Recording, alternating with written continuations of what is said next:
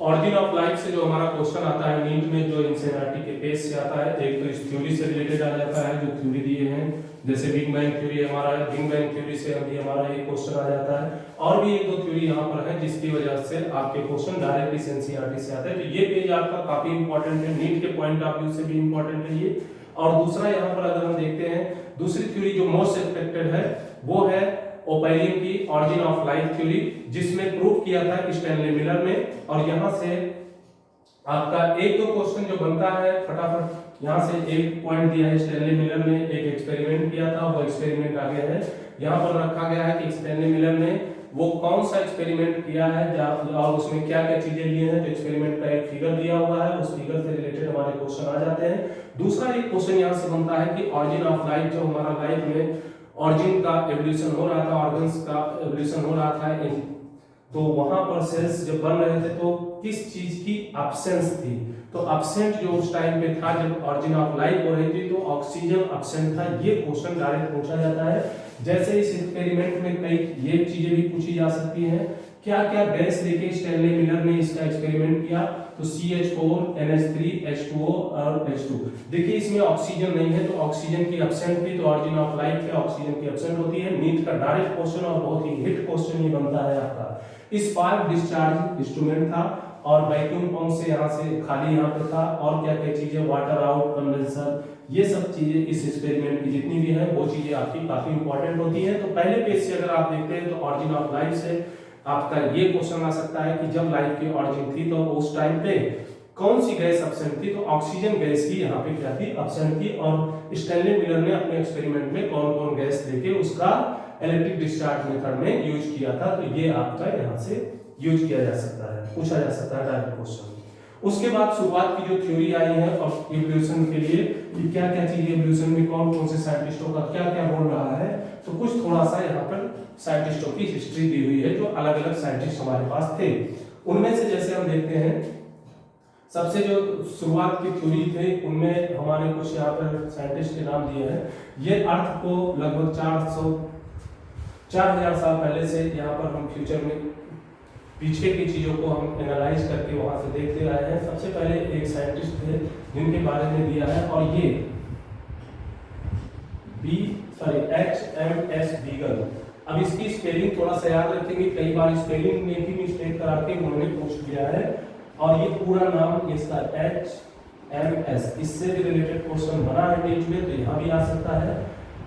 Round the world, अब इस पे राउंड किए थे कौन, चार्ल्स डार्विन ने। तो चार्ल्स डार्विन की ये सिप एक है जिससे इन्होंने घूमा था। तो इसके लिए भी पूछा जाता है कौन से जहाज से घूमे थे, जिसका नाम ये पूछा जाता है। और इसके बाद और भी साइंटिस्टों ने यहाँ पर कुछ एक्सपेरिमेंट और डाटा आपको दिया है जहाँ से रिलेटेड क्वेश्चन आते हैं। पहला जो है आपका डार्विन का था, और दूसरा यहाँ पर डार्विन की थ्योरी किस और साइंटिस्ट से मैच करती है, अल्फ्रेड वेलेस से मैच करती थी। दोनों का मिला जुला एक थ्योरी आया था। और उसके बाद और जो थ्योरी दिया था वो लेमार्क ने दिया था। ये चीज भी आपका यहाँ से पूछा जा सकता है, और ये फिजिकली क्लाइमेट के चेंज के अकॉर्डिंग ही आपका देते हैं। उसके बाद आपका कुछ एम्ब्रियोलॉजिकल डेवलपमेंट को भी यहाँ पर जगह दिया गया है। एम्ब्रियोलॉजिकल डेवलपमेंट से रिलेटेड भी क्वेश्चन आपके यहाँ से आते हैं कि एम्ब्रियोलॉजिकल डेवलपमेंट के लिए सबसे पहले किस साइंटिस्ट ने वो किया था। तो एम्ब्रियोलॉजिकल डेवलपमेंट में जो था कार्ल अगस्ट वावियर, इस साइंटिस्ट का नाम आपको याद रखना पड़ेगा, जहाँ पर वेस्टिजियल ऑर्गन वगैरह से रिलेटेड क्वेश्चन इन्होंने बनाए हुए थे। अब इसके बाद कुछ आपके कुछ है ये फिगर में डायनासोर्स की स्ट्रक्चर, किस में पंख है किस में नहीं है, ये सब चीजें भी आपकी यहाँ से पूछी जा सकती हैं। तो इस फिगर से रिलेटेड डायरेक्ट क्वेश्चन आपके आ सकते हैं, जैसे पेट्रोडॉन है कैसा था, ये सारे डायनासोर्स है। तो ये डायनासोर्स से क्वेश्चन यहाँ पे बन सकते हैं। और आगे अगर आप देखते हैं तो बहुत ही इंपॉर्टेंट पेज ये अब आ रहा है, जहाँ से एक क्वेश्चन आने का चांस होता है। जो हमारा डाइवर्जेंट एवोल्यूशन है, ये स्ट्रक्चरली क्या होता है, होमोलॉगस होता है, ये चीज पूछा जाता है। होमोलॉगस ऑर्गन और हेटेरोलॉगस ऑर्गन से रिलेटेड भी आपके एग्जाम में एक क्वेश्चन पूछा जाता है, होमोलॉगस हेटेरोलॉगस। अब ये चाहे एनिमल से रिलेट करा सकता है या प्लांट का भी करा सकता है कि प्लांट में ये किसके होमोलॉगस है, किसके हेटेरोलॉगस है। तो पहले तो ये आपको समझना है divergent evolution structurally are homologous और homologous identically common eccentric. Example of vertebrate heart और ब्रेन्स। अब इसमें कुछ एग्जांपल आपको दिए हैं जैसे थ्रोन एंड टेंड्रिल, थ्रोन और tendril of bougainvillea and cucurbita present का होमोलॉगी, दोनों क्या है होमोलॉगस आर्गन है। तो डायरेक्ट आ जाएगा कुकुरबिटा का टेंड्रिल और होमोलॉग और बोगेनवेलिया का थ्रोन, आपस में रिलेशन क्या है तो आपको क्या बताना होगा कि ये होमोलॉगस आर्गन है और कैसे एवोल्यूशन है, डाइवर्जेंट है। आगे अगर हम इसमें देखते हैं evolution are the analogy situation exactly opposite, इसके अपोजिट जैसे wing of butterfly, bird, book, alive, ये सब आपके कैसे हैं एनालॉगस है। और ये किस कन्वर्जेंट में आते हैं, कन्वर्जेंट एवोल्यूशन में आते हैं, जबकि होमोलॉगस क्या था डाइवर्जेंट और ये कन्वर्जेंट एवोल्यूशन। इससे रिलेटेड हमारे क्वेश्चन बन जाते हैं। अब इसमें कुछ और अदर एग्जांपल दिया है एनालॉगी का, जैसे आई ऑफ ऑक्टोपस, मैमल्स के, फिर फिलेपर, पिजन, डॉल्फिन्स, ये सब आपके जो यहाँ पर एग्जांपल मिल रहे हैं, इनसे रिलेटेड आपके जो क्वेश्चन बनते हैं ये डायरेक्ट आपके एग्जाम में आते हैं और यहाँ से मिल सकते हैं आपको क्वेश्चन। नेक्स्ट आपका है द सम अरेंजमेंट।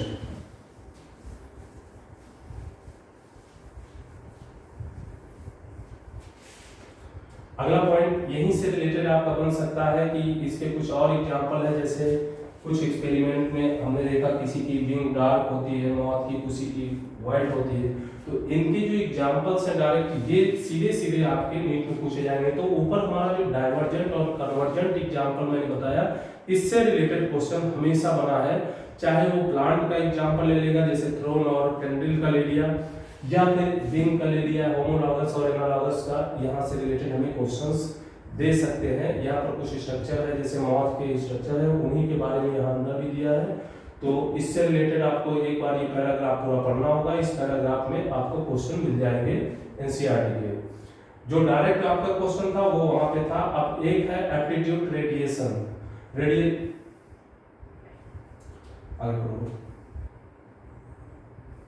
अब यहाँ पर जैसे है कि एप्टीट्यूड रेडिएशन, अब इसको बहुत डिटेल में आपको नहीं जानना है क्या, इसके एग्जांपल क्या है। तो जैसे इसके एग्जांपल्स ऑस्ट्रेलियन, ये डिफरेंट जगह जगह पर आप देखेंगे तो सबके अलग अलग थोड़ा थोड़ा सा ये डिफरेंट ज्योग्राफी के अकॉर्डिंग अलग अलग चेंज हो जाते हैं। तो इसमें जैसे एक ही स्पीसीज दिया, अब एक स्पीसीज अलग जगह पे गया तो अलग टाइप का डेवलप हो गया, ये अलग टाइप का, तो इसी को आप क्या कह रहे हैं रेडिएंट एवोल्यूशन कह रहे हैं। नेक्स्ट पेज पे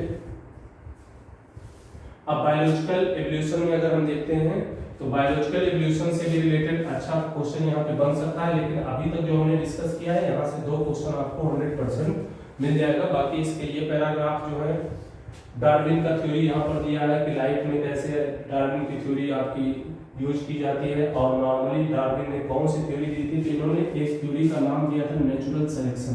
तो इस पैराग्राफ से ये नेचुरल सिलेक्शन आ जाता है कि क्या है, किसकी थ्योरी है। तो ये किसकी थ्योरी है, ये डार्विन की थ्योरी है बायोलॉजिकल एवोल्यूशन में। और इसके बाद आपका branching, descent and natural selection, ये आपका दिया था लैमार्क ने। एक दूसरा क्वेश्चन आ जाता है लैमार्क की थ्योरी का नाम नेचुरल सिलेक्शन नाम की इन्होंने बुक भी दिया था, वहां पे इनकी ये थ्योरी है।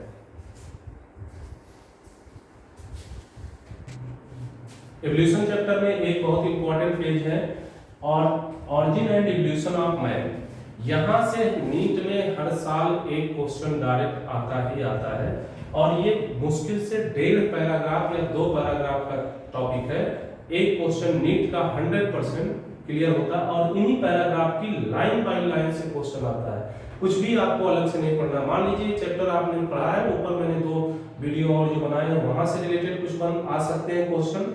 पूरे चैप्टर से 3 से 4 क्वेश्चन टोटल आता है, जिसमें से एक क्वेश्चन यहां से आता है। अब क्वेश्चन क्या क्या बन सकता है वो देखिए। 15 माया, माया एक पहले का पीरियड टाइम था, उसको हम माया बोलते हैं। 15 माया में जो हमें प्राइमेट्स मिले थे वो दो प्राइमेट्स मिले थे, ड्रायोपिथेकस और रामापिथेकस। ये दोनों क्वेश्चन आपके नीट के बन सकते हैं सीधा 100% 2023 के। दूसरा है यहाँ पर क्या होता है इनके अंदर, हेरी and walk like gorilla and chimpanzee. अब ये कैसे थे, इनके ऊपर बाल था और किससे कंपेयर करते थे इन्हें, गोरिल्ला और चिंपैंजी से। तो आपसे एक क्वेश्चन यहाँ से बन जाता है कि ड्रायोपिथेकस एंड रामापिथेकस किससे कंपेयर आज की डेट में हम कर सकते हैं, गोरिल्ला और चिंपैंजी से इन्हें कर सकते हैं। रामापिथेकस वाज, रामापिथेकस जो था ये मैन लाइक था, while Dryopithecus was more ape like. तो रामापिथेकस लगभग आदमी के जैसा लगता था, लेकिन ड्रायोपिथेकस एप की तरह ही, मतलब गोरिल्ला वगैरह की तरह ही दिखता था। Few fossils of man like bones discovered the Ethiopia and Tanzania. तो ये दोनों ही जगह आपसे पूछे जा सकते हैं नीट के क्वेश्चन के लिए। ये भी इंपॉर्टेंट है कि मैन लाइक बोन हमें कहाँ मिले, एंड रिगार्ड होमोइड फीचर, कुछ ह्यूमन जैसे फीचर यहाँ पे थे, बिलीव द 3 to 4 माया में यहाँ पर मिले थे। And man like primates walk eastern America, eastern America में ये दिख रहे थे। They were the probably not more taller than 4 feet but walk upright. ये 4 फीट से ज्यादा नहीं थे, लेकिन ये ऊपर की तरफ चलते थे। एंड some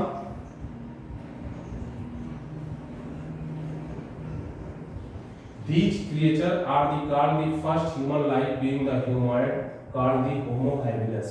पहला ह्यूमन लाइक जो होता है, तो ये भी पूछा जाता है फर्स्ट ह्यूमन लाइक जो यहाँ पर हमें ऑब्टेन हुआ है उसे हम क्या कहते हैं, होमो हैबिलिस कहते हैं। इसकी जो ब्रेन कैपेसिटी पूछी जाएगी होमो हैबिलिस की कितनी है, 650 से 800 सीसी है इसकी क्या ब्रेन की कैपेसिटी जो पूछी जाती है हमारी। उसके बाद probably did not eat meat, और ये मांस नहीं खाते थे, ये सा प्रोबेबली है। फॉसिल्स डिस्कवर्ड द जावा, जावा एक साइंटिस्ट थे जिन्होंने 1891 में इसे रिकवर किया था। होमो इरेक्टस इसके बाद आया है, होमो इरेक्टस जो 1.5 माया में मिला था। होमो इरेक्टस हैड लार्ज ब्रेन, इसका ब्रेन उससे ज्यादा बड़ा था, ये 900 सीसी का था। तो पूछा जाएगा होमो इरेक्टस का ब्रेन की कैपेसिटी कितनी है, 900 सीसी, और ये किस माया में मिला, 1.5 माया में मिला। ये डायरेक्ट आपके नीट के क्वेश्चन यहां से बनेंगे। और ये कुछ सर के स्ट्रक्चर दिए हैं, और अब यहां पे हम देखते हैं होमो इरेक्टस प्रोबेबली ईट मीट। इसके पहले वाला जो था हैबिलिस वो मीट नहीं खाता था, लेकिन ये लगभग मीट खाने लगा। इसके बाद जो एक मैन आया Neanderthal man with in the brain size, इसका जो ब्रेन का साइज था 1400 सीसी था, जो हमारे ब्रेन का साइज आज का है उसी के बराबर लगभग था नीदरलैंड मैन का।